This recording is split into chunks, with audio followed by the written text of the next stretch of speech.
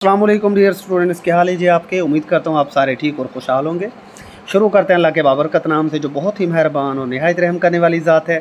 और खुशामदीद कहते हैं आपको आज के लेक्चर में। हयात मुबारक सल्लल्लाहु अलैहि वसल्लम हम पढ़ रहे हैं। और ये जो पहली स्लाइड है इसके अंदर हमने 1 हिजरी से 3 हिजरी तक के तमाम वाक़यात पढ़ने, to the point and smart way में। अगर कोई मिस्टेक हो जाती है, कोई चीज़ गलत आपको मिलती है, तो आप डिस्कशन फोरम पर डिस्कस किया करें। एंड भाई टेस्ट वगैरह हर बंदा अटैम्प्ट करे, सेशन से परमानेंटली रिमूव कर दिया जाएगा। ये आपको हमने एडमिशन देते हुए क्लियर कर दिया था कि एकेडमी के रूल्स को आप फॉलो करेंगे। अगर नहीं करेंगे तो सेशन से खारिज। ये जो 2-2 3-3 दिन बाद काम कर रहे होते हैं ना, इस तरह के लोग मुझे बिल्कुल पसंद नहीं है और ना ही आपके लिए फ़ायदा मंद है चीज़। तो प्लीज़ अपने वक्त की कदर कीजिए। देखिए जी, जब नबी पाक हिजरत फरमाकर मदीना मुनव्वरा में पहुंच गए ना, तो नबी पाक ने सबसे पहले क्या की थी, वहाँ पर मस्जिद तामीर की थी। इसका मतलब है कि इस्लाम के अंदर जो सबसे इम्पोर्टेंट पिलर है ना आपके लिए, वो मस्जिद है। मस्जिद के बगैर, नमाज के बगैर आप मुसलमान कहलवाने के हकदार ही नहीं है। तो नबी पाक ने वही सबसे पहला काम किया था। ठीक है, वो मैं पिछले लेक्चर में, पिछली स्लाइड्स में आपको हम पढ़ा चुके हैं। आज जो उसके बाद जो है, मस्जिद तामीर करने के बाद हमारे नबी पाक ने अपनी फ़हम व फरासत का इस्तेमाल करते हुए, उन्हें पता था कि जनाब मदीना के अंदर जो कबाइल है ना, चाहे वो यहूदी कबाइल हों या दूसरे कबाइल हों, उनके साथ एक अमन मुआहदे की उन्हें ज़रूरत थी मुसलमानों को। क्योंकि मुसलमान अगर उनके साथ अमन मुआहदा ना करते तो ज़ाहिर है उधर से मुकाबले पर मुसलमानों के कुफ़ार मक्का थे, और इधर से अगर यहूदियों से भी मुसलमान आकर पंगा ले लेते तो ये काफ़ी ज़्यादा मुश्किल हो जाता। ठीक है, तो नबी पाक ने अपनी फ़हम व फरासत का मतलब मुज़ाहिरा करते हुए सबसे पहला जो तहरीरी मुआहदा, जिसे मिसाक मदीना कहा जाता है, वो 1 हिजरी को किया। ठीक है, 1 हिजरी को अरे इसे दुनिया का पहला तहरीरी मुआहदा कहा जाता है। पहला रिटन पैक्ट इसको कहा जाता है पूरी दुनिया का। ठीक है, पहला पीस पैक्ट भी आप इसे कह सकते हैं, first written document, first written pact भी कह सकते हैं, फर्स्ट रिटन एग्रीमेंट कह सकते हैं। ठीक है, और नबी पाक सल्लल्लाहु अलैहि वसल्लम ने ये जो मीसाक मदीना है, ये मदीना के मुख्तलिफ़ कबाइल जो यहूदियों के थे और दूसरे कबाइल, उन सब के दरमियान हुआ था। और इस मुआहदे की जो शराइत थी, उन शराइत में सबसे बेसिक और इम्पोर्टेंट शर्त ये थी कि अगर कोई भी बाहर से आकर कोई दुश्मन मदीना पर अटैक करता है, तो सारे मुसलमान, यहूदी एंड अदर जो कबाइल हैं, वो मिलकर उसका मुकाबला करेंगे, यानी मदीना की जो है हिफाजत की जाएगी। That's it. ठीक है, और इस मुआहदे की कुल अगर दफ़ात की बात की जाए तो वो 47 थी। ये बहुत बार पेपर में पूछा जाएगा आपसे। इस मुआहदे के मुताबिक मदीना की हिफाजत की जाएगी बाहर वाले लोगों से। ठीक है, मवाक़ात मदीना। अच्छा जी, ये जब मुआहदा हो गया ना यहूदियों से और इन सब से, इसके अलावा एक और बड़ा इंपॉर्टेंट उस वक्त जो है ना, नबी पाक सल्लल्लाहु अलैहि वसल्लम ने एक अमल वहाँ पर जो है दिखाया करके, वो है मवाक़ात मदीना। भाई मवाक़ात का मतलब है भाई भाई बनाना। मवाक़ात क्या था? भाई भाई बनाना। और नबी पाक सल्लल्लाहु अलैहि वसल्लम को अच्छी तरह मालूम था कि जो मुहाजिरीन मुसलमान आपके साथ आए थे ना मक्का से मदीना, वो लुटे पुटे आए थे ना, उनके पास कोई माल था। उनमें से बहुत सारे लोग कवारे थे, ज़ाहिर उन्हें शादियों की ज़रूरत थी। तो जो है ना, बहुत ज़्यादा मुसलमानों के हालात ख़राब थे। तो ऐसे में नबी पाक सल्लल्लाहु अलैहि वसल्लम ने क्या किया, आप सल्लल्लाहु अलैहि वसल्लम ने अंसार और महाजरीन को, अंसार कौन थे? जो मदीना में पहले से मौजूद थे। ठीक है, और ये जो अंसार थे ना, ये ज़्यादातर खेती बाड़ी करते थे। ये भी मैं आपको बता दूं, इनका पेशा ज़्यादातर क्या था? खेती बाड़ी था। ये किसान थे। और जो यहूदी थे वो ज़्यादातर क्या करते थे? तिजारत करते थे। वो बड़े अमीर लोग होते थे और आज भी वो दुनिया के ऊपर इसी वजह से राज कर रहे हैं। ठीक है, तो अंसार और महाजरीन को नबी पाक ने भाई भाई बनाया। और ये वाक़या कब हुआ? ये भी 1 हिजरी का बड़ा एक इंपॉर्टेंट इवेंट है। ठीक है, और उसके बाद नेक्स्ट आपसे जो पूछा जा सकता है इंपॉर्टेंट क्वेश्चन, वो क्या है? कुल 45 मुहाजरीन को अंसार का भाई बनाया गया। कुल 45 मुहाजरीन और 45 अंसार को आपस में भाई भाई बनाया गया। और जनाब आप ये देख लें कि अंसार ने जितने भी अंसार थे, उन्होंने बड़े खुले दिल का मुजाहिरा किया। और इन अंसार ने मुहाजिरीन की बड़े खुले दिल से मदद की है। जिस अंसारी के पास 2 बीवियाँ थी या 3 बीवियाँ थी, उन्होंने अपनी एक बीवी तक मुहाजिरीन को मतलब जो है ना, वो पेश कर दी कि अगर आप चाहें तो मैं इसको तलाक दे देता हूँ और आप इससे निकाह कर लें। लेकिन आगे से मुहाजिरीन में से फिर ज़ाहिर है वो भी गैरतमंद है, वो कहते थे नहीं जी, आप अपनी बीवी को अपने पास ही रखें, मुझे सिर्फ आप कुछ माल दे दें उधार के तौर पर कि मैं उससे कुछ तिजारत कर सकूँ। ठीक है, इस तरीके से मुहाजिरीन ने वहाँ पर अपनी तिजारत का आगाज़ किया और अंसार ने उनकी हर तरीके से मदद की है। जिस अंसारी के पास फ़र्ज़ करें कोई बाग थे, खजूरों के 2 बाग अगर किसी अंसारी के पास थे, तो उस अंसारी ने क्या किया? 1 बाग मुहाजिर को दे दिया और 1 बाग अपने पास रखा। तो इस तरह कुल 45 मुहाजिरीन को 45 अंसार का भाई बनाया गया। अब जनाब किसका भाई बनाया गया, ये आप डिस्कशन फोरम पर बताएंगे। फॉर एग्जांपल मैं बता दूं कि हज़रत अली रज़ी अल्लाह तआला अन्हु को हज़रत मोहम्मद सल्लल्लाहु अलैहि वसल्लम ने अपना भाई बनाया था। हज़रत अली को आपने किसी और का भाई नहीं बनाया था, अपना ही भाई बनाया था। ठीक है, इसके अलावा हज़रत अबू अयूब अंसारी को किसका भाई बनाया गया, हज़रत अबू बकर सिद्दीक़ को किसका भाई बनाया गया, हज़रत उमर फ़ारूक को किसका भाई। ये बड़े इंपॉर्टेंट क्वेश्चन हैं, ये आप डिस्कशन फोरम पर कुछ चीज़ें मैं आप लोगों के लिए छोड़ता हूँ बहरहाल। उसके बाद जी नेक्स्ट हमारे पास इंपॉर्टेंट हैं जी 2 हिजरी के वाक़यात। 1 हिजरी के जो इंपॉर्टेंट वाक़यात हैं वो तकरीबन हो गए हमारे पास, यही आपसे क्वेश्चन पूछे जाते हैं, हमने straightforward to the point तैयारी करनी है। अब 2 हिजरी के जनाब इंपॉर्टेंट वाक़यात आपको ये बता दें कि मुसलमान शुरू में जो नमाज़ पढ़ते थे, मुसलमान जो है ना वो काबा की तरफ रुख करके नमाज़ नहीं पढ़ते थे, बल्कि बैतुल मुक़द्दस की तरफ रुख करके नमाज़ पढ़ा करते थे। किस तरफ? बैतुल मुक़द्दस की तरफ। और जो यहूदी है ना वो भी बैतुल मुक़द्दस की ही तरफ रुख करके नमाज़ पढ़ा करते थे। और बैतुल मुक़द्दस या मस्जिद अक्सा ये हमारा पहला काबा है, ये भी आप अपने जहन में रखिए। मस्जिद अक्सा या जो बैतुल मुक़द्दस है वो हमारा क्या है? पहला काबा है, ठीक है। तो कुछ यहूदी ना ये थोड़ा सा मुसलमानों का तमस्खुर करते थे कि भाई तुम्हारा जो इस्लाम है वो तो तुम तो हमारे बैतुल मुक़द्दस की तरफ ही रुख करके नमाज़ पढ़ते हो, तो तुम्हारे दीन में और हमारे दीन में क्या फ़र्क है। तो फिर अल्लाह ताला की तरफ से 2 हिजरी में हुक्म आया कि नबी आप अपना जो है रुख मस्जिद अपना जो रुख है वो आप खाना काबा की तरफ कर लें। और 2 हिजरों को मुसलमानों ने अपना जो रुख है नमाज के दौरान ही वो खाना काबा की तरफ कर लिया। और गालबन ये जो नमाज है वो ज़ोहर की नमाज़ थी, ज़ोहर की नमाज के दौरान ही मुसलमानों ने अपना रुख चेंज किया था और अब मुसलमानों का नया जो किबला है वो खाना काबा बन गया, ठीक है। और ये वाक़या कब हुआ है? हिजरत के तकरीबन 18 महीने बाद, यानी 1.5 साल बाद आप कह सकते हैं, 2 हिजरी को, ठीक है जी। तो ये बहुत इंपॉर्टेंट क्वेश्चन है। और ये जो खाना काबा की तब्दीली का हुक्म है ना, ये सूरह बकरा में अल्लाह ताला की तरफ से आया था। उसके अलावा जो रोज़े हैं वो भी 2 हिजरी में ही मुसलमानों पर फ़र्ज़ हुए। जहाद की इजाज़त भी 2 हिजरी में ही दी गई, ठीक है। तो देख लें 3 इंपॉर्टेंट चीज़ें हैं, किबला की तब्दीली, रोज़ा, जहाद, ठीक है। ये 3 इंपॉर्टेंट चीज़ें हैं। अच्छा, उसके अलावा जो ज़कात है ना, ज़कात का हुक्म भी 2 हिजरी में आ चुका था। ज़कात का हुक्म 2 हिजरी में आ चुका था, लेकिन मुकम्मल जो नफाज है ना, मुकम्मल फिर जो है नफाज वो 8 हिजरी में जाकर हुआ है। और 8 हिजरी से भी तकरीबन 9 हिजरी तक मुकम्मल तौर पर नाफिज होते होते ये लग गया था, ठीक है। तो अगर कभी पेपर में क्वेश्चन आए ज़कात का हुक्म कब आया, तो आप कह सकते हैं 2 हिजरी। और अगर कहते हैं कि मुकम्मल नफाज कब हुआ, तो वो तकरीबन 8 से 9 हिजरी तक जाकर हुआ था, ठीक है भाई। उसके बाद जी हज़रत मोहम्मद सल्लल्लाहु अलैहि वसल्लम जंग के दौरान तलवार इस्तेमाल करते थे, उस तलवार का नाम जुल्फ़िकार था। ये बहुत इंपॉर्टेंट क्वेश्चन है। और ये जो तलवार जो है ना, बाद में आपने हज़रत अली रज़ी अल्लाह तआला अन्हु के हवाले कर दी थी। तो इस तलवार के बारे में भी आपसे पूछा जा सकता है बार बार, ठीक है। उसके बाद जनाब ज़कात भी 2 हिजरी में फ़र्ज़ हुई है, मगर मुकम्मल अहकामात जो है 8 से 9 हिजरी तक जो है इसके आए हैं। और 9 हिजरी तक ये मुकम्मल तौर पर नाफिज हो चुकी थी। और उसके बाद आपको पता है कि जब नबी पाक सल्लल्लाहु अलैहि वसल्लम इस दुनिया से पर्दा फरमा गए, तो जब हज़रत अबू बकर सिद्दीक़ का दौरे खिलाफत था ना, हज़रत अबू बकर सिद्दीक़ का, तो उस वक्त बहुत सारे लोगों ने ज़कात देने से इनकार कर दिया था। तो हज़रत अबू बकर सिद्दीक़ ने मुनकिरीन ज़कात के ख़िलाफ़ जंग का ऐलान किया था कि जो लोग भी ज़कात नहीं देंगे उनके ख़िलाफ़ मेरी जंग है।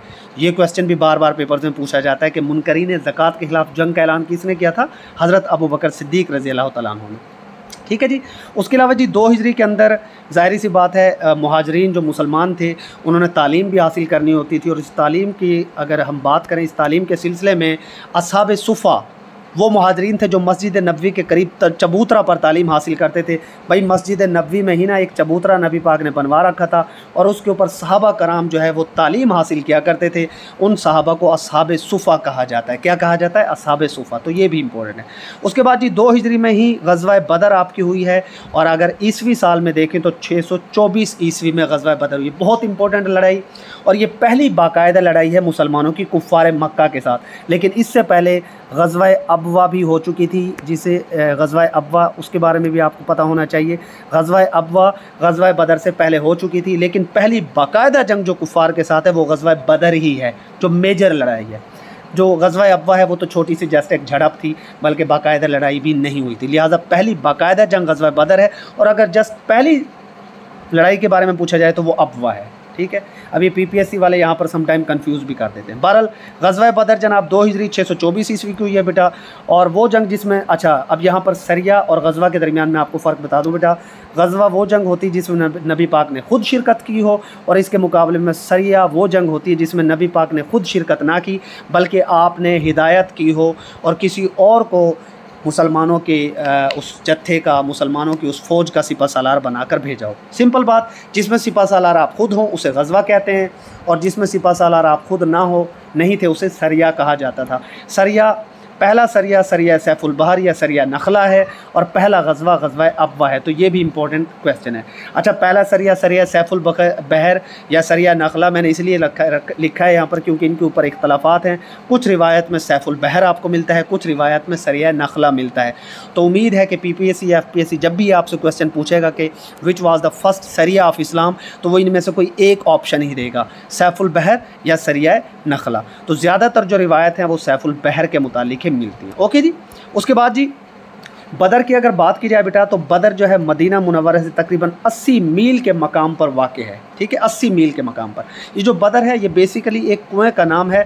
और ये बदर जो है इसको क्यों कहा जाता है कि क्योंकि एक शख्स था बदर बिन कलदा, उसका नाम था बदर बिन कलदा, उसका ये कुआं था और उसने ये ख़रीद के रखा हुआ था वहाँ पर।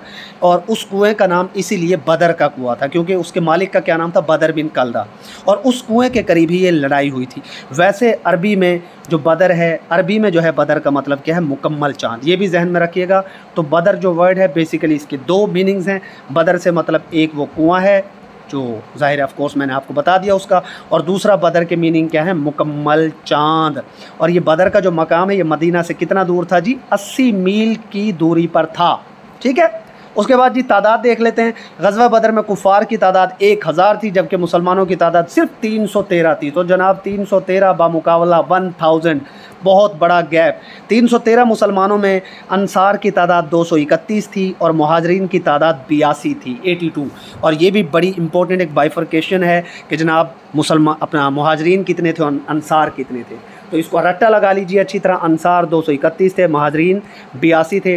मुसलमानों के पास ऊँटों की तादाद देखी जाए तो जस्ट 70 थी और घोड़े सिर्फ 2 थे मुसलमानों के पास, जबकि कुफ़ार के पास 100 घोड़े थे। कुफ़ार के पास कितने घोड़े थे जनाब, 100 घोड़े थे। ठीक है।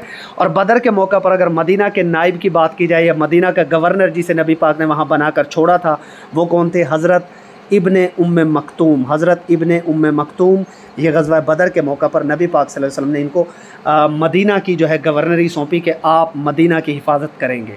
कौन थे जी, हज़रत इब्ने उम्मे मक्तूम। हज़रत इब्ने उम्मे मक्तूम याद कर लीजिए। और उसके अलावा जनाब जंग बदर जो है तारीख़ में फ़ुरक़ान के नाम से भी जानी जाती है। जंग बदर को जंग फ़ुरक़ान के नाम से भी जाना जाता है। कुरान पाक में अल्लाह ने इस जंग को ये नाम दिया। ग़ज़वा बदर में मुसलमानों के पास अगर अलम देखे जाएँ तो टोटल मुसलमानों के पास 3 अलम थे। अलम से मतलब जो झंडे होते हैं। अंसार का अलम साद बिन माज के पास था, महाजरीन का अलम हज़रत अली के पास था और जनरल कमान हज़रत मसअब बिन उमैर के पास थी। मतलब अगर आपसे पूछ लिया जाए पेपर में ओवरऑल वो पूछ ले कि जी मुसलमानों का अलम किसके पास था, तो फिर आप क्या टिक करेंगे, हज़रत मसअब बिन उमैर, क्योंकि जनरल अपना जनरल जो अलम है, जनरल जो झंडा है वो मुसलमानों का किसके पास था, हज़रत मसअब बिन उमैर के पास। और अगर अलहदा से पूछा जाए अंसार का किसके पास था जी, हज़रत साद बिन माज के पास, और महाजरीन का किसके पास था, हज़रत अली के पास। तो ये आपने याद रखना है जी, टोटल अलम मुसलमानों के पास 3 थे। ठीक है। इस तरह ग़ज़वा बदर में इस्लामी लश्कर का जो परचम है, जनरल परचम, वो किसके पास था, हज़रत मसअब बिन उमैर। हज़रत मसअब बिन उमैर वो इंसान है, वो सहाबी हैं जिनकी शक्ल नबी पाक सल्लल्लाहु अलैहि वसल्लम से हूबहू मिलती थी। ठीक है। और ये ग़ज़वा ओहद में जाकर शहीद हुए थे। ये आगे ग़ज़वा ओहद में आपको पढ़ाया जाएगा। ठीक है। इस ग़ज़वा में कुफ़ार का अलमबरदार कौन था जनाब, तलहा बिन अबी तलहा। कुफ़ार का अलमबरदार ग़ज़वा बदर में कौन था, Talha bin Abi Talha. Very important question. ठीक है जी। इस ग़ज़वा में मुसलमानों के लश्कर के सरदार आप सल्लल्लाहु अलैहि वसल्लम खुद थे और कुफ़ार के लश्कर का सरदार कौन था, अबू जहल था। रट्टा लगा लो। कुरान पाक में इस ग़ज़वा का जिक्र सूरह आल इमरान और सूरह अनफ़ाल दोनों में आया है। कुरान पाक में ग़ज़वा बदर का जिक्र किस किस सूरह में आया है, सूरह आल इमरान में भी आया है, सूरह अनफ़ाल में भी आया है। मुसलमानों ने वो जो कुआं था ना बदर का कुआं, उस पर बहुत जल्दी कब्ज़ा कर लिया था, जिसकी वजह से मुसलमानों को तक़वियत मिली। ग़ज़वा बदर में अल्लाह ताला ने मुसलमानों की मदद बारिश और फ़रिश्तों के ज़रिए की थी। कुल कितने फ़रिश्तों ने मुसलमानों की मदद की, ये तादाद आप बताएंगे डिस्कशन फोरम एंड कमेंट्स में। फ़रिश्तों ने मुसलमानों की जो मदद की है, उस मदद का जिक्र अल्लाह ताला ने सूरह आल इमरान में फरमाया है, उसका जिक्र सूरह आल इमरान में मौजूद है। तो ये क्वेश्चन भी आपसे पेपर्स में पूछा जा सकता है कि जो फ़रिश्तों के ज़रिए अल्लाह ताला ने मुसलमानों की मदद की है ग़ज़वा बदर में मुसलमानों की, उसका जिक्र किस सूरह में है, सूरह आल इमरान में है। ठीक है। अच्छा भाई, एक और इम्पोर्टेंट क्वेश्चन है, ग़ज़वा बदर में इब्लीस भी शरीक हुआ था और ये सराका बिन मालिक के रूप में आया था। ये वही सराका बिन मालिक है जिसने गारे सौर में जब नबी पाक सल्लल्लाहु अलैहि वसल्लम ठहरे हुए थे उस वक्त नबी पाक का पीछा किया था, आपको याद हो तो, और इसका घोड़ा रेत में धंस गया था, याद है ना आपको। और इसी सराका को मेरे आका ने फरमाया था कि सराका ज़रा सोच जब तू कुसरा के गंगन पहनेगा, हैं जी। अच्छा भाई, ग़ज़वा बदर की एक और इम्पॉर्टेंट चीज़ आपको मैं बता दूं बेटा कि ग़ज़वा बदर में हज़रत उस्मान गनी रज़ियल्लाहु तआला अन्हु वो शमूलियत इख्तियार नहीं कर सके थे, और उसकी वजह क्या थी कि आपकी जो बीवी थी हज़रत रुकैया रज़ियल्लाहु तआला अन्हु वो बीमार थी, और इसीलिए नबी पाक सल्लल्लाहु अलैहि वसल्लम ने हज़रत उस्मान को इस जंग में शिरकत से मना फरमाया था। लिहाजा हज़रत उस्मान गनी बदरी साहबा के अंदर शामिल नहीं है, और जितने भी बदरी साहब हैं उनके लिए नबी पाक सल्लल्लाहु अलैहि वसल्लम की जो है ना एक जन्नत की बशारत भी है। हाँ, हज़रत उस्मान गनी रज़ियल्लाहु तआला अन्हु ये जो आपके जो है ना अशरा मुबशरा, जो 10 साहबा जिनको जन्नत की बशारत नबी पाक ने दी थी, उनमें हज़रत उस्मान गनी शामिल है। ग़ज़वा बदर में आपने शिरकत क्यों नहीं की? क्योंकि जो आपकी अहलिया थी, जो नबी पाक की बेटी थी हज़रत बीबी रुकैया रज़ियल्लाहु तआला अन्हु, वो बीमार थी, इसीलिए आपने ग़ज़वा बदर में शिरकत नहीं की। और हज़रत रुकैया जो है इस मौका पर, ग़ज़वा बदर के मौका पर वफ़ात पा गई थी। उसके बाद हज़रत उस्मान गनी का नबी पाक ने जो दूसरा निकाह अपनी दूसरी बेटी हज़रत उम्मे कलसूम से कर दिया था, ठीक है, हज़रत उम्मे कलसूम से। ये बात मैं आपको पहले भी बता चुका हूँ और आज भी मैंने बता दिया। और इसी वजह से जो हज़रत उस्मान गनी हैं इनको ज़ुन्नूरैन कहा जाता है, यानी 2 नूरों वाला, क्योंकि इनके निकाह में बैक वक्त कह रहा हूँ सॉरी, यके बाद दीगरे हज़रत बीबी रुकैया और हज़रत उम्मे कलसूम आई हैं, ठीक है जी। उसके बाद जी ग़ज़वा बदर के मुहर्रिकात को अगर देखा जाए तो ग़ज़वा बदर का बेसिक मुहर्रक क्या था कि एक शख्स जिसका नाम उम्र बिन अल हज़रमी था, उसको मुसलमानों ने कत्ल कर दिया था। ये जब अपना एक तिजारती काफ़िला लेकर ये जा रहा था ना, बेसिकली वो मुसलमानों का ही लूटा हुआ सामान था, क्योंकि जब मुसलमान हिजरत करके मदीना मुनव्वरा में आए थे तो मुसलमानों का सारा सामान इन बगैरतों ने लूट लिया था, और मुसलमान बेचारे बेसरो सामान मदीना में आए थे, और ये उसी सामान को ये लोग बेचते थे, फिर उसी सामान को ये लोग बेचा करते थे। तो भाई ज़ाहिर सी बात है, जब उसी सामान को ये लोग बेचते थे तो फिर मसाइल तो बनना था ना। और ये जो बंदा था ना उम्र बिन अल हज़रमी, इसको मुसलमानों के एक जुथ ने एक मुसलमानों के मतलब जो एक ग्रुप था उसने कत्ल कर दिया था। और उसके अलावा जो अबू सुफियान था वो भी एक मुसलमानों के लूटे हुए माल के काफ़िले को ही लेकर जा रहा था। वो बहरहाल एक लंबी डिटेल हो जाती है। बहरहाल आपको बस इतना पता होना चाहिए, पेपर में आपसे यही पूछा जाएगा कि ग़ज़वा बदर का जो बेसिक मुहर्रिक है वो क्या था, उम्र बिन अल हज़रमी का कत्ल था, ठीक है।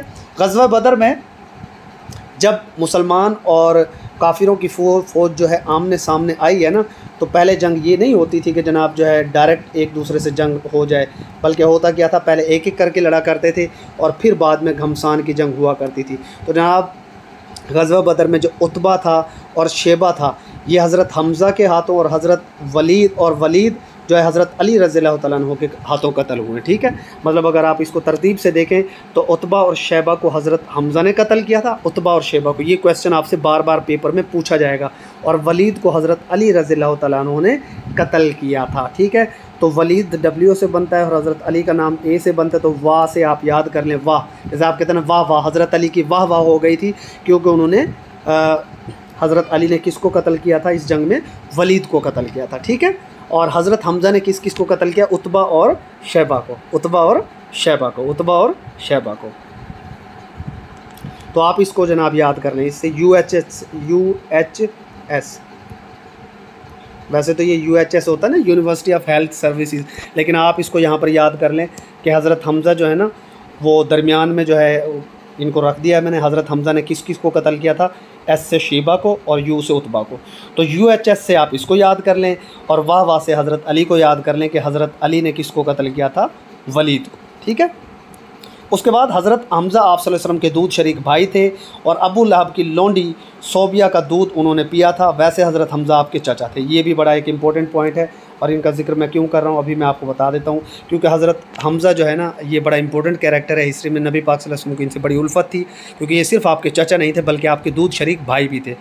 क्योंकि आप सल्लल्लाहु अलैहि वसल्लम ने और हज़रत हमज़ा ने, आप दोनों ने ही अबू लहब की जो लौंडी थी ना सोबिया, उसका दूध आप दोनों ने पिया था, ठीक है। अब अबू जहल भी इसी जंग में कत्ल हुआ है, अबू जहल, और इसे जो है 2 बच्चों ने कत्ल किया, माज और मऊज़ के हाथों ये मारा गया था अबू जहल, और ये इसके लिए बड़ी जो है ना लानत का मकाम था। हज़रत उमर रज़ियल्लाहु तआला अन्हु ने अपने मामू आस बिन हशाम को कत्ल किया था, देख लें, अपने रिश्तेदारों को कत्ल कर रहे थे इस्लाम की खातिर। हज़रत अक्काशा रज़ियल्लाहु तआला अन्हु की तलवार टूट गई थी इस जंग में, तो आप सल्लल्लाहु अलैहि वसल्लम ने उनके हाथ में एक लकड़ी का तख्ता पकड़ा दिया था, और हज़रत उकाशा रज़ियल्लाहु तआला अन्हु उस लकड़ी के तख्ते से लड़ते रहे।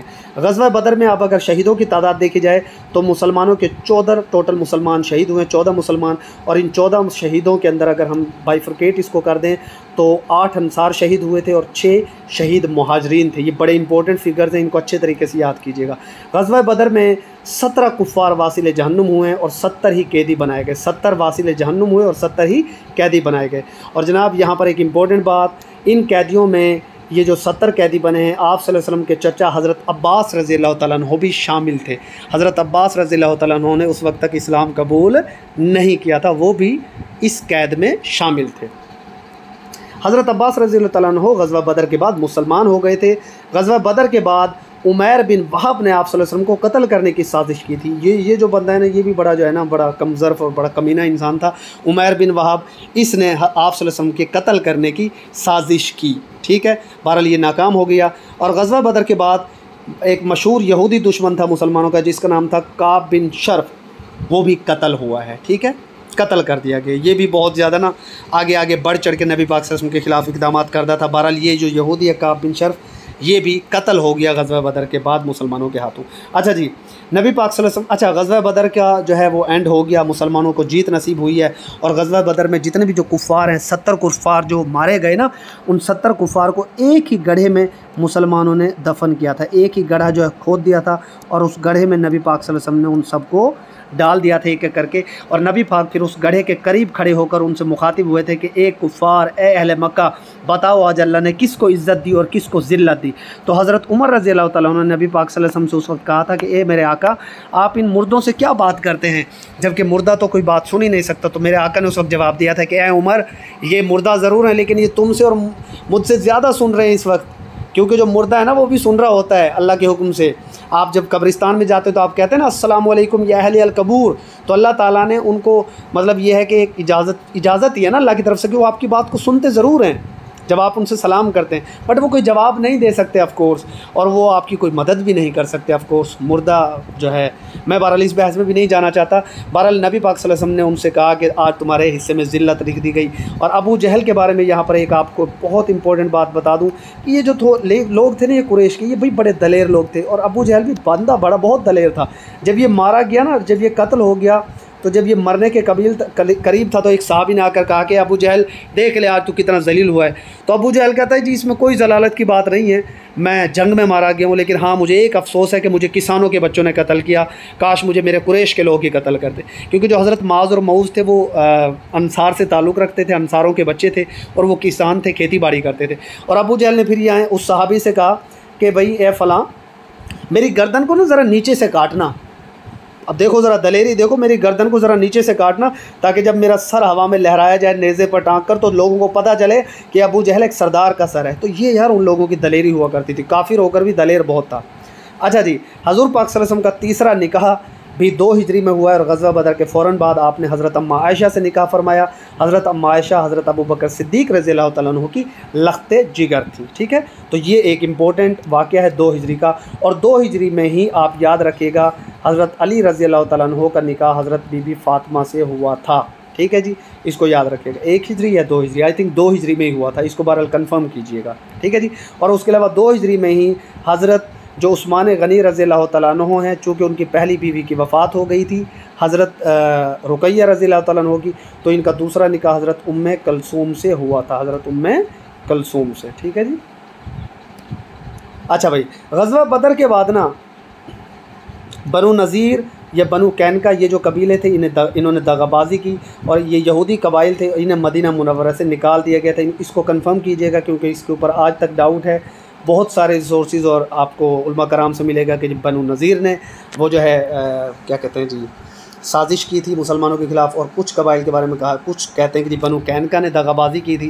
ग़ज़वा बदर में इन्होंने मुसलमानों का साथ नहीं दिया था एक्चुअली।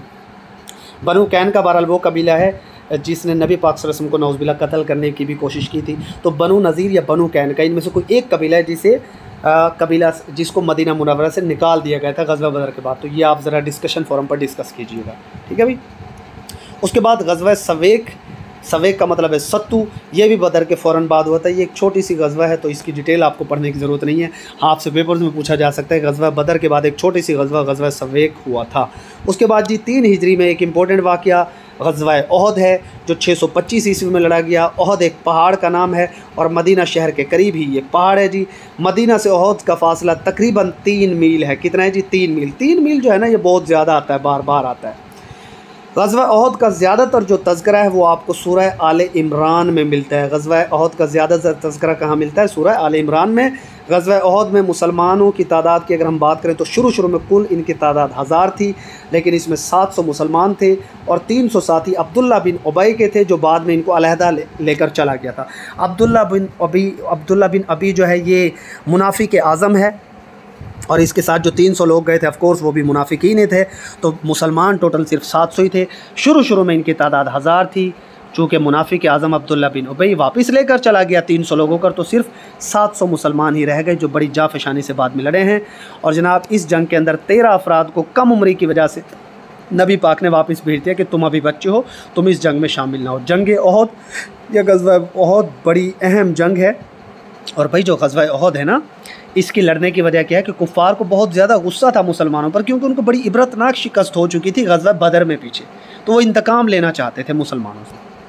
अच्छा भाई, जंग ओहद में कुफ़ार की सरदारी अबू सुफियान के हाथ में थी। अब ज़ाहिर अबू जहल तो कत्ल हो गया था पिछली जंग में, तो अब किसके पास आ गई? फिर सरदारी किसके पास आ गई? अबू सुफियान के पास। अब जनाब इस जंग के अंदर जब मुसलमानों ने सफ़ बंदी कर ली, सारा कुछ हो गया, तो इस ग़ज़वा के अंदर एक बड़ा इंपॉर्टेंट जो वाक़या है ना, वो क्या है? नबी पाक सल्लल्लाहु अलैहि वसल्लम ने 50 सहाबा को ना जबले यहीनी, एक पहाड़ था, वहाँ पर एक पहाड़ था जबले यहीनी, वहाँ पर आका सल्लल्लाहु अलैहि वसल्लम ने मुसलमानों से कहा कि तुमने जो है ना इस पहाड़ी को नहीं छोड़ना, ठीक है। वहाँ पर मुसलमान जो है ना 50 तीर अंदाज नबी पाक ने खड़े किए, और नबी पाक ने कहा कि चाहे कुछ भी हो जाए तुमने इस पहाड़ी को नहीं छोड़ना।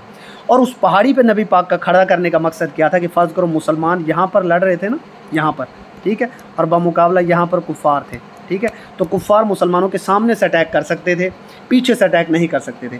और अगर ये पहाड़ी पर जो 50 तीर अंदाज थे, अगर ये तीर अंदाज इस जगह को छोड़ देते तो ये कुफ़ार यहाँ से पलट कर, ये पीछे से आकर मुसलमानों के ऊपर अटैक कर सकते थे, ठीक है।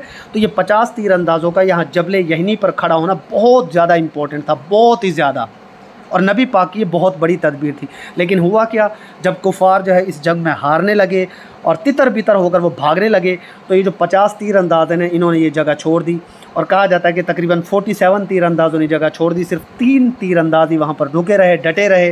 हालांकि हज़रत जुबैर बिन मुअज़्ज़म जो है उनको आवाज़ें देते रहे कि भाई तुम ये ना छोड़ो इस जगह को, लेकिन उनको लगा कि जी कुफ़ार अब भाग गए, मुसलमान जंग जीत गए, तो ये सारे भी जो है उस वक्त माले गनीमत समेटने में शामिल हो गए। अब उसके बाद ज़ाहिर है कुफ़ार के लिए जो है मौका था, और उन्होंने जनाब यहाँ से दौड़ कर यहाँ मुसलमानों के ऊपर पीछे से हमला कर दिया।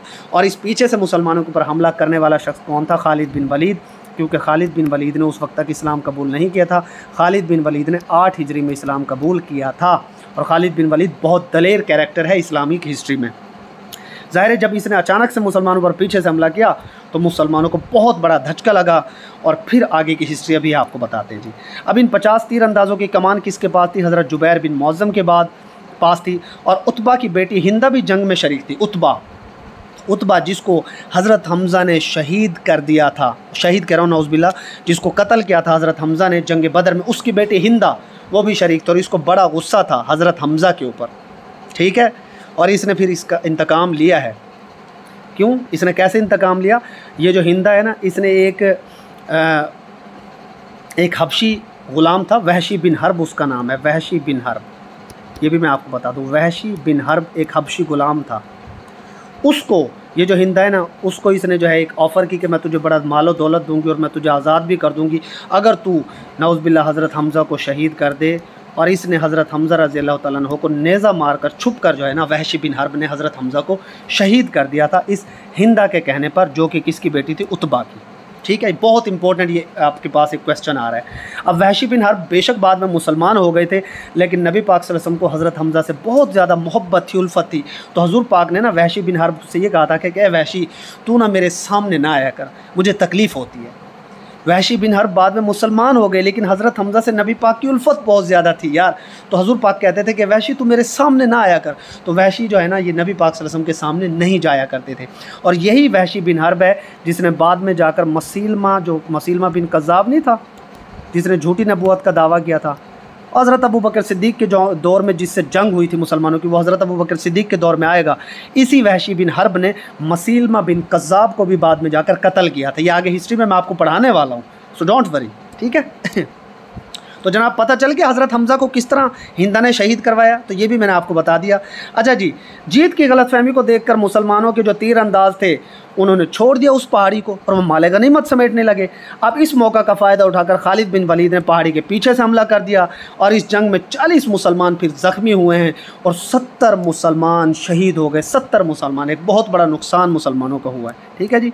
आप सल्लल्लाहु अलैहि वसल्लम के प्यारे चचा हज़रत हमज़ा भी वहशी बिन हर्ब ने इस जंग में उन्हें शहीद कर दिया। और वहशी बिन हर्ब से किसने हज़रत हमज़ा को शहीद करवाया था? हिंदा ने। किसने शहीद करवाया था? हिंदा ने, जो किसकी बेटी थी?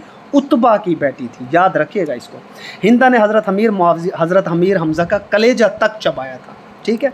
और ये जो है ना, ये आप मेरी बात याद रखिए, जो बनु उमैया का ख़ानदान है ना, ये जो है ना हमेशा से जो है बनु हाशिम के ख़िलाफ़ रहे हैं। अब बनु उमैया और बनु हाशिम को आपको ये ना सोचिएगा कि ये कोई मुखालिफ कबीलों से ताल्लुक़ रखते हैं। बनु हाशिम और बनु उमैया ये दोनों ही कुरैश के ख़ानदान हैं। ये दोनों किस कबीला से ताल्लुक़ रखते हैं? कबीला कुरैश से। तो आप ये ना सोचिएगा कि बनु उमैया जो है कोई बिल्कुल अलहदा कोई वो था। ये दोनों ही कुरैश के जो है, इनकी बेसिक या बुनियाद कुरैशी है, लेकिन आगे चलकर इनके दो अलहदा कबाइल बन गए। एक फिर बनु उमैया कहलाया और एक बनु हाशिम कहलाया, ठीक है जी। बनु उमैया कबीला किसका है? अबू लहब का, अबू सुफियान का, ठीक है, उम्मे जमील का, हिंदा का। उसके बाद हज़रत अमीर मुआविया भी बाद में इसी बनु उमैया में से ही आए हैं ना बाद में। और बनु हाशिम का कबीला कौन सा था? बनु हाशिम शाख कौन सी है, कौन सा ख़ानदान है? ये ख़ानदान नबी हज़रत मोहम्मद सल्लल्लाहु अलैहि वसल्लम है। तो ये गलतफ़हमी दूर कर लीजिए कि ये दोनों दुश्मन बेशक बाद में रही हैं, इनके दरमियान मसाइल रहे हैं, लेकिन इन दोनों की बेस कुरैशी है। ये दोनों कुरैशी थे, ठीक है। हज़रत अमीर हमज़ा को सैयदुश्शुहदा कहा जाता है।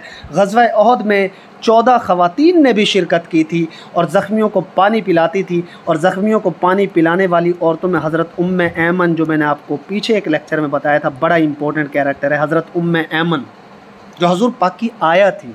वो ज़ख्मियों को पानी पिलाती थी और मरहम पट्टी भी करती थी। इस गज़वा में नबी पाक के हमशक्ल हज़रत मसअब बिन उमैर शहीद हो गए थे। ग़ज़वा ओहद में ही आप सल्लल्लाहु अलैहि वसल्लम के दंदान मुबारक भी शहीद हुए। हज़ूर पाक सल्लल्लाहु अलैहि वसल्लम का चौथा निकाह हज़रत अम्मा हफ्सा से 3 हिजरी में हुआ। देखें, ग़ज़वा बदर जब 2 हिजरी में हुई है तो उस वक्त आपका निकाह हज़रत अम्मा आयशा से हुआ है, ठीक है जी, हज़रत अम्मा आयशा रज़ियल्लाहु तआला अन्हा से। और ग़ज़वा हिजरी जब 3 हिजरी में हुई है तो उस वक्त आपका चौथा निकाह हज़रत अम्मा हफ्सा से हुआ है। और हज़रत अम्मा हफ्सा किसकी बेटी थी? हज़रत उमर फ़ारूक रज़ियल्लाहु तआला अन्हु की बेटी थी। देखें, आपने हज़रत अम्मा आयशा से निकाह किया, वो हज़रत अबू बकर सिद्दीक़ की बेटी। आपने हज़रत अम्मा हफ्सा से निकाह किया, ये हज़रत उमर फ़ारूक की बेटी। और आपने अपनी 2 बेटियों का निकाह हज़रत उस्मान गनी को दिया, जिन्हें ज़ुन्नूरैन कहा जाता है। वो नबी पाक की बेटियाँ थी, हज़रत रुकैया एंड हज़रत उम्मे कुलसूम। तो देखें, चारों खुलफाए राशिदीन जो आगे आए हैं, पहले खलीफा राशिद हज़रत अबू बकर सिद्दीक़, दूसरे हज़रत उमर फ़ारूक, तीसरे हज़रत उस्मान गनी और चौथे हज़रत अली। इन चारों से मेरे प्यारे आका का रिश्ता था, ठीक है जी। उसके बाद जी नेक्स्ट हम चलते हैं जी आगे हमने हयात मुबारका देखनी है। अब 3 हिजरी तक के वाक़यात हमने कवर कर लिए और 3 हिजरी तक नबी पाक की 4 शादियां हो चुकी हैं। अब हमने देखना है 4 हिजरी से 7 हिजरी तक के वाक़यात। अब जनाब 4 हिजरी में हज़रत उम्मे सलमा से आपका निकाह हुआ है। 4 हिजरी में आपका निकाह मुबारक किससे हुआ?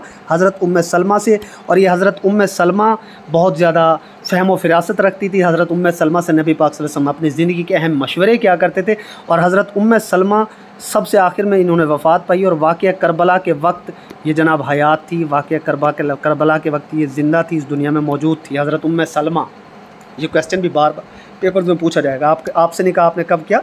4 हिजरी में किया। ठीक है। तो ये 4 हिजरी का सबसे इम्पोर्टेंट वाक़या यही है कि आपका हज़रत उम्मे सलमा से निकाह हुआ था। उसके बाद जी ग़ज़वा खंदक 5 हिजरी का सबसे इम्पोर्टेंट इवेंट है। 624 ईस्वी नहीं, ये 624 ईस्वी नहीं बनेगा, यहाँ पर कोई मिस्टेक है, तकरीबन 626 या 627 ईस्वी बनेगा। तो कभी कभी कुछ टाइपिंग की मिस्टेक्स हो जाती हैं यार, जो टाइपिंग बेशक मैं अपने सामने ही करवाता हूँ कोऑर्डिनेटर से, असिस्टेंट से, बट सम टाइम कोई ना कोई मिस्टेक रह जाती है। अच्छा जी, ग़ज़वा खंदक को ग़ज़वा अहज़ाब भी कहा जाता है क्योंकि बहुत सारे कबाइल ने मिलकर ये जंग लड़ी थी, इस वजह से इसे ग़ज़वा अहज़ाब कहा जाता है। अहज़ाब का मतलब होता है ग्रुप्स, बहुत सारे ग्रोह जिसके अंदर शामिल होते हैं, ठीक है जी। और ग़ज़वा अहज़ाब वो जंग है जिसके अंदर यहूदियों ने भी नबी पाक सल्लल्लाहु अलैहि वसल्लम से थोड़ी सी ना साजिश की है, और ये जो है जंग मुसलमानों के लिए ये भी बड़ी टफ रही है। बहरहाल अहज़ाब का मतलब है इत्तिहादी, ठीक है जी, क्योंकि तमाम कबाइल ग्रोह की सूरत में लड़ने आए थे, इसलिए इस ग़ज़वा को ग़ज़वा अहज़ाब कहते हैं। ग़ज़वा खंदक में कुफ़ार का सरदार फिर से कौन था जी? अबू सुफ़ियान ही था। और ग़ज़वा अहज़ाब में मुसलमानों की तादाद तकरीबन 3000 यानी 3000 थी। मुसलमानों की तादाद भी बढ़ती रही है, ठीक है। इस ग़ज़वा में एक सहाबिया भी बड़ी इंपॉर्टेंट शामिल थी जिनका नाम हज़रत रफ़ीरा रज़ियल्लाहु तआला अन्हु था। हज़रत रफ़ीरा, इसको याद रखिएगा। और जनाब अब मदीना के अंदर रहकर लड़ने का मुसलमानों ने फ़ैसला किया था क्योंकि काफ़ी ज़्यादा कबाइल थे मुखालफिन। तो नबी पाक सल्लल्लाहु अलैहि वसल्लम ने हज़रत सलमान फ़ारसी रज़ियल्लाहु तआला अन्हु के मशवरे से इस मदीना के जो इर्द गिर्द है ना, मदीना के एक तरफ तो पहाड़ थे सारे, उस तरफ से तो ज़ाहिर है वो कबाइल जो है अटैक कर नहीं सकते थे, तो मदीना की दूसरी तरफ नबी पाक ने क्या खुदवाई? फिर खंदक खुदवाई। और ये खंदक देने का मशवरा किसने दिया था जी? हज़रत सलमान फ़ारसी रज़ियल्लाहु तआला अन्हु ने। खंदक खोदते हुए नबी पाक सल्लल्लाहु अलैहि वसल्लम ने नबी पाक सल्लल्लाहु अलैहि वसल्लम खुद भी इस खंदक खोदने के अमल में शामिल थे। मुसलमान और नबी पाक अपने पेट पर पत्थर बांध कर ये खंदक खोदते रहे हैं मदीना की हिफाजत के लिए, अपने औरतों और बच्चों की हिफाजत के लिए। और खंदक खोदते खोदते नबी पाक सल्लल्लाहु अलैहि वसल्लम ने शाम, फ़ारिस और यमन की फ़तह की बशारत दी है कि जी मुस्तक़बिल में मुसलमान शाम को भी फ़तह करेंगे, यमन को भी और फ़ारिस को भी फ़तह करेंगे। अब देख लें, ग़ज़वा खंदक 5 हिजरी में ही नबी पाक मुस्तकबिल की पेशन गोई कर रहे हैं। तो अल्लाह ताला ने उनको मुस्तकबिल की खबरें भी मेरे आका को, नबी पाक को अल्लाह ताला दिया करते थे। और ये बशारत कब दी है? खंदक खोदते वक्त ना एक बहुत बड़ा पत्थर आ गया था जिसे कोई भी मुसलमान तोड़ नहीं पा रहा था। तो मेरे आका सल्लल्लाहु अलैहि वसल्लम ने अपने मुबारक हाथों से 3 चोटें उस पत्थर पर मारी, वो पत्थर टूटा। पहली चोट पर आपने कहा कि शाम फ़तह होगा, दूसरी चोट पर आपने कहा कि फ़ारिस, ईरान को कहा जाता था, वो फ़तह होगा, और तीसरी चोट पर आपने कहा कि यमन भी फ़तह हो जाएगा। और फिर मुस्तकबिल ने देखा कि मेरे आका की ज़बान सच साबित हुई और ये तीनों बड़ी ताकतें मुसलमानों ने बाद में चलकर फ़तह कर ली, ठीक है जी। ग़ज़वा अहज़ाब में मुसलमानों की तादाद सिर्फ 3000 थी, जबकि मुखालफिन कबाइल की तादाद कितनी थी जनाब? 10,000 बमुकाबला 3000, 3 गुना से भी बढ़कर उनकी तादाद थी। कबीला बनो कुरैज़ा ने ग़ज़वा खंदक में बदअहदी की है। कबीला बनो कुरैज़ा, ठीक है, बनो कुरैज़ा वो कबीला है जो हमेशा से मुसलमानों का कर्ज़दार तो रहा, लेकिन इस बगैर कबीले ने मुसलमानों से ग़ज़वा खंदक में बदअहदी की है। और यहाँ पर ना मैं आपको एक हिस्ट्री का बड़ा इंपॉर्टेंट पहलू बता देता हूँ जिसे यहूदी जो है ना नबी पाक सल्लल्लाहु अलैहि वसल्लम का नाउज़ बिल्लाह जुल्म वाला पहलू कहते हैं। भाई मुसलमानों के ऊपर तमाम कबाइल ने अटैक कर दिया था और बनो कुरैज़ा और इन सारे कबाइल से मुसलमानों का मुआहदा था कि मुसलमानों का साथ देंगे, लेकिन इस बनो कुरैज़ा ये जो यहूदियों का कबीला था, इन बगैरतों ने बदअहदी की और इन्होंने तकरीबन जो है ना मुसलमानों को उस वक्त ख़त्म ही करवा दिया था तकरीबन, ठीक है। और बस फिर जो है जब इतनी बुरे हालात हो गए तो नबी पाक सल्लल्लाहु अलैहि वसल्लम ने बाद में जो है फिर क्या किया, बनो कुरैज़ा के साथ इनके जो तमाम जवान थे ना, तमाम इनके जवानों को मुसलमानों ने फिर कत्ल कर दिया था। बाद में तमाम जवानों को, बच्चों, बूढ़ों और औरतों को कत्ल नहीं किया गया था। अब ये जो इवेंट हुआ है ना ग़ज़वा खंदक के बाद, ये जो बनो कुरैज़ा था और इनके पूरे जो है कबीले के जवानों को मुसलमानों ने जब कत्ल किया है ना, लाइन में खड़ा करके इनके सरों को उड़ाया गया। तो आज भी हिस्ट्री में जो यहूदी है ना, ये इसको जो है ना बड़ा जो है कंट्रोवर्शियल बना के पेश करते हैं जी, नौज़ बिल्लाह नबी पाक ने जुल्म किया था एटसेट्रा। और इन बगैरतों को ये नज़र नहीं आता कि मुसलमानों को पीस के रख दिया था इन्होंने तकरीबन ग़ज़वा खंदक में। मुसलमानों के लिए कितना बुरा वक्त था, इन्होंने बदअहदी की थी।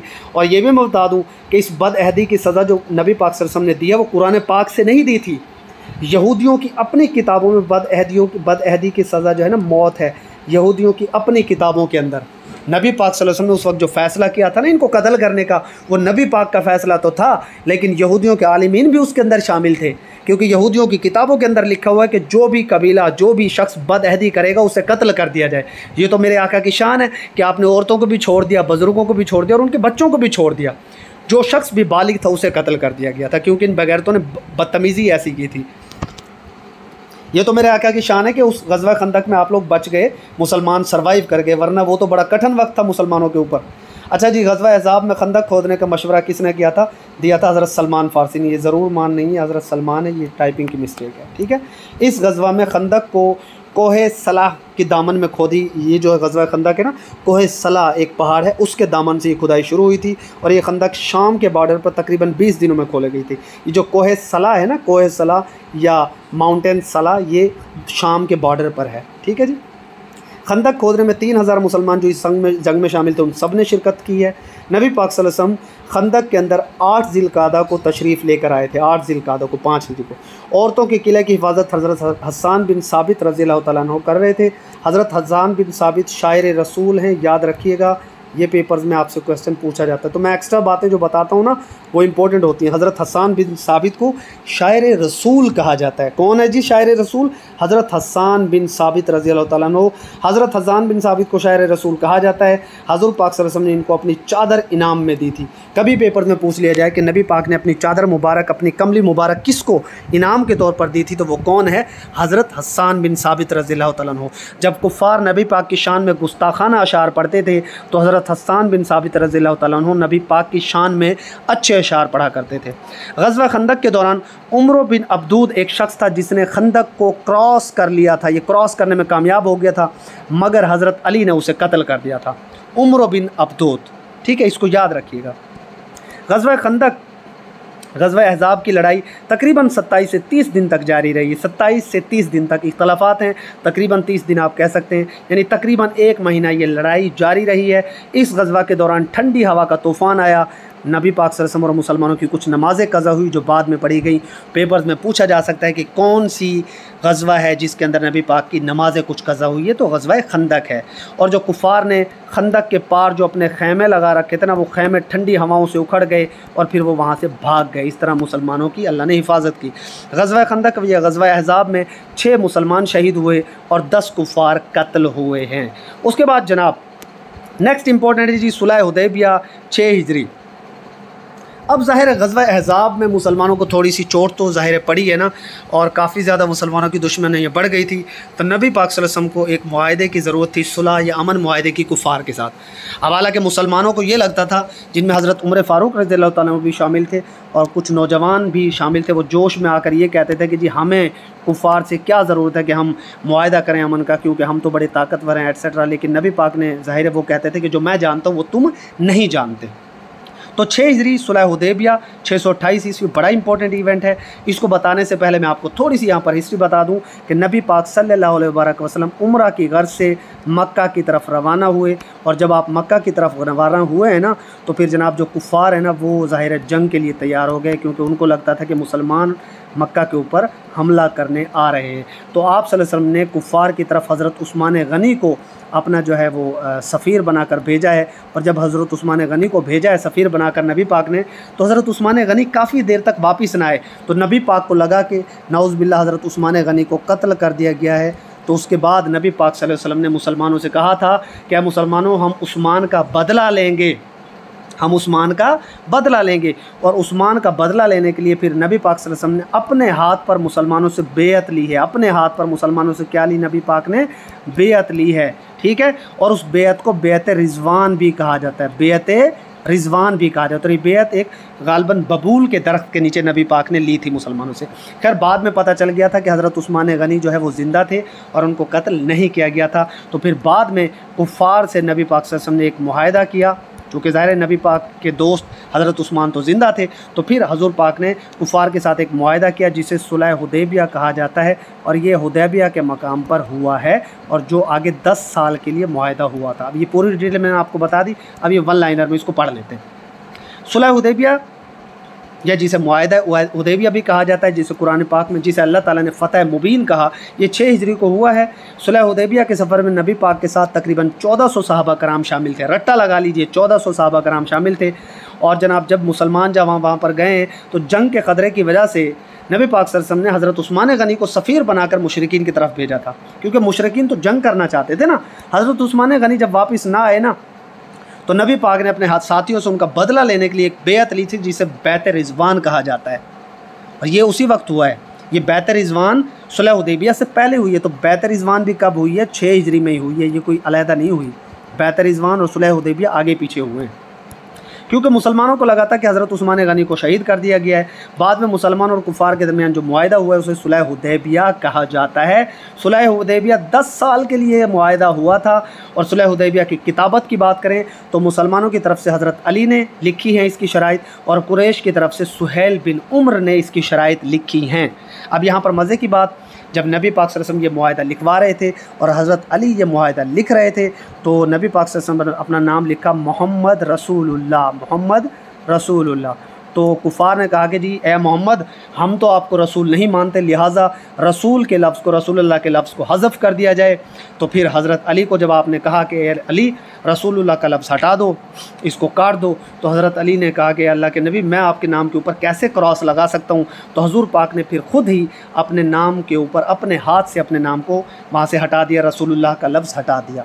और इस तरह कुफ़ार के साथ आप लोगों का मुआहिदा हुआ। ठीक है जी। और इस वक्त ना हज़रत उमर फ़ारूक जो है रज़ी अल्लाह तआला अन्हु ना, वो काफ़ी ज़्यादा थोड़े से गुस्से में और जलाल में आ गए थे। उन्होंने नबी पाक सल्लल्लाहु अलैहि वसल्लम से उस वक्त पूछा था कि नबी, हम जो है इतना नौज़बिल्लाह तज़हीक आमेज़ मुआहिदा क्यों कर रहे हैं? क्योंकि इसकी जो शराइत थी ना, वो बड़ी कठिन किस्म की शराइत थी। वो शराइत जो है मैं आपके सामने चले रख देता हूँ, वैसे आपको बता देता हूँ, याद करने की ज़रूरत नहीं है। एक तो ये कि 10 साल के लिए मुआहिदा हुआ था, और कुफ़ार कहते थे कि कोई भी शख्स अगर कुफ़ार में से मुसलमान होकर मदीना चला जाएगा ना, मुसलमान होकर मदीना जाएगा, तो उसे वापस कर दिया जाएगा मक्का वालों के, वापस कर दिया जाएगा मक्का वालों की। और अगर कोई मक्का वाला, और अगर कोई मदीना से मुसलमान काफिर होकर मक्का आ जाएगा तो वो वापस नहीं किया जाएगा। तो जी आज यहाँ से थोड़ा सा एक साइड में एक टोका मशीन चलने की भी आपको आवाज़ आ रही होगी, क्योंकि आज मैं ज़रा एक गांव में बैठा हुआ हूँ। ठीक है, तो मुझे उम्मीद है कि ज़्यादा डिस्टर्बेंस नहीं होगी। अच्छा भाई, सुलह हुदैबिया 2 साल बाद ख़त्म हो गया, और उसकी वजह क्या है कि कुरैश का जो हलीफ एक बनु बकर था, उन्होंने बनु खिज़ा कबीले के ऊपर हमला कर दिया था, जिसकी वजह से सुलह हुदैबिया ख़त्म हो गया। भाई जो कुरैश का कबीला था ना, इनका हलीफ एक कबीले था बनु बकर, उन्होंने बनु खिज़ा के ऊपर हमला कर दिया, जिसकी वजह से जंग के हालात पैदा हो गए थे, और सुलह हुदैबिया 2 साल बाद ही ख़त्म हो गया। तो पेपर में कभी पूछा जाए सुलह हुदैबिया कितने साल बाद ख़त्म हुआ? 2 साल बाद। अच्छा, इसकी एक और वजह भी है भाई, मक्का से जो लोग मुसलमान होकर मदीना जाते थे ना, मुसलमान होकर, अब ज़ाहिर है शर्त के मुताबिक वो जो मुसलमान होकर जाते थे ना, उन मुसलमानों को वापस करना होता था मक्का वालों को, मुसलमानों ने।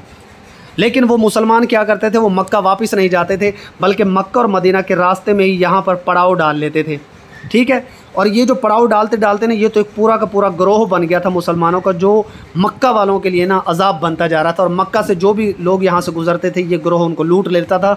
मक्का वाले फिर खुद ही नबी पाक से कहने लगे कि अल्लाह के नबी, हम ये मुआहिदा ख़त्म करते हैं, और जो अब तुम्हारा मुसलमान हो जाए ना, उसे तुम मदीना में अपने पास ही रखो, ताकि ये मदीना से ये ग्रोह बन के हमारी नाक में दम ना करें। ये भी एक वजह थी इस मुआहिदा के ख़त्म होने की। तो ये देख लें कि नबी पाक ने जो सुलह हुदैबिया किया, वो बाद में मुसलमानों के लिए फ़तह मुबीन शामिल हुआ, क्योंकि बाद में इसके ज़रिए जो मुसलमान होकर आते रहे, वो फिर मदीना में मुसलमानों के साथ शामिल होने लगे। उसके बाद जी 7 हिजरी में गज़वा खैबर है, बड़ा इंपॉर्टेंट वाक़या है, 628 ईस्वी में हुआ। खैबर का मदीना से फासला जनाब तकरीबन 200 मील है, 200 मील। खैबर का मतलब होता है नखलिस्तान, बयाबान। खैबर यहूदियों का गढ़ था। अब ज़ाहिर सी बात है यार, ग़ज़वा अहज़ाब में यहूदियों ने मुसलमानों को बड़ा जो है तंग किया था, और मुसलमानों ने ये जो फ़तह सुलह हुदैबिया कर ली थी ना, अब मुसलमानों को पता था कि कुफ़ार तो हमारे ऊपर हमला करेंगे नहीं। कुफ़ार से जब मुसलमानों ने सुलह कर ली, तो मुसलमानों को अब किससे निमटना था? यहूदियों से। तो ये एक अच्छा मौका था कि मुसलमान यहूदियों को नेस्त व नाबूद कर दें, क्योंकि उधर से कुफ़ार से तो मुसलमान महफूज हो गए थे सुलह हुदैबिया की वजह से। लिहाजा मुसलमानों ने 7 हिजरी में यहूदियों के ख़िलाफ़ लड़ाई की, जिसे ग़ज़वा खैबर कहा जाता है। खैबर एक किला था, और चूँकि ये एक किला था, इस किले की व नाम पर ही इसको ग़ज़वा खैबर कहा जाता है। ग़ज़वा खैबर में भी मुसलमानों की जो तादाद है 1400 थी। मुसलमान खैबर में रात के वक्त पहुँचे, वहाँ क़याम किया, नमाज फ़ज्र अदा की, और पहला जो हमला है किला नाम पर किया था। किला नाम जो था ना, इसके अंदर यहूदियों का सामान रस्त मौजूद था। ठीक है, ग़ज़वा खैबर में किला कमूस एक बड़ा इंपॉर्टेंट किला था जिसकी निगरानी मरहब के पास थी, जो 1000 सवार के बराबर माना जाता था। भाई किला कमूस जो है ना, ये बहुत इंपॉर्टेंट किला था और इसकी जो है ना हिफाजत किसमें की ज़िम्मेदारी थी? मरहबा पहलवान के ज़िम्मे, मरहबा पहलवान। और इस किले को फ़तह किसने किया था? हज़रत अली रज़ियल्लाहु तआला अन्हु ने। हज़रत अली ने मरहब को कत्ल करके इस किले को फ़तह किया। ये वही किला है जिसके बारे में जिसके लिए काफ़ी सारे मुजाहिदीन गए और एक एक करके उन्होंने सरतोड़ कोशिश की, पर वो इस किले को फ़तह नहीं कर सके। फिर नबी पाक ने रात को कहा कि सुबह मैं एक ऐसे मुजाहिद के हाथ में अलम दूंगा जो इस किले को फ़तह कर लेगा। और फिर सुबह हर मुसलमान दुआ करता था कि मेरे हाथ में अलम आए, लेकिन नबी पाक ने झंडा हज़रत अली रज़ियल्लाहु तआला अन्हु के हाथ में दिया। और हज़रत अली जिनकी आँखें दुख रही थी, नबी पाक ने अपना लुआब दहन उनकी आँखों पर लगाया, उनकी आँखें बिल्कुल ठीक हो गई। और फिर हज़रत अली ने सुबह जाकर किला कमूस को फ़तह कर लिया। और किला कमूस का दरवाज़ा जिसे 40 लोग खोला करते थे, हज़रत अली ने अपने एक हाथ से उखाड़ कर फेंक दिया। ठीक है जी। ग़ज़वा खैबर में यहूदियों की तादाद जो कत्ल हुए वो तकरीबन 93 यहूदी थे।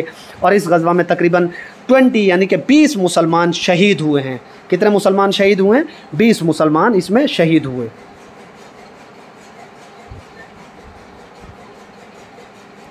अच्छा जी, ग़ज़वा खैबर में उम्मुल मोमिनीन हज़रत सफ़िया रज़ियल्लाहु तआला अन्हा भी कैदी बनकर आई थी और ये यहूदियों के कबीला से ताल्लुक़ रखती थी। और हज़रत सफ़िया रज़ियल्लाहु तआला अन्हा से फिर नबी पाक सल्लल्लाहु अलैहि वसल्लम ने निकाह फरमा लिया था। ग़ज़वा खैबर के बाद हज़रत सफ़िया रज़ियल्लाहु तआला अन्हा से आप सल्लल्लाहु अलैहि वसल्लम ने शादी कर ली थी।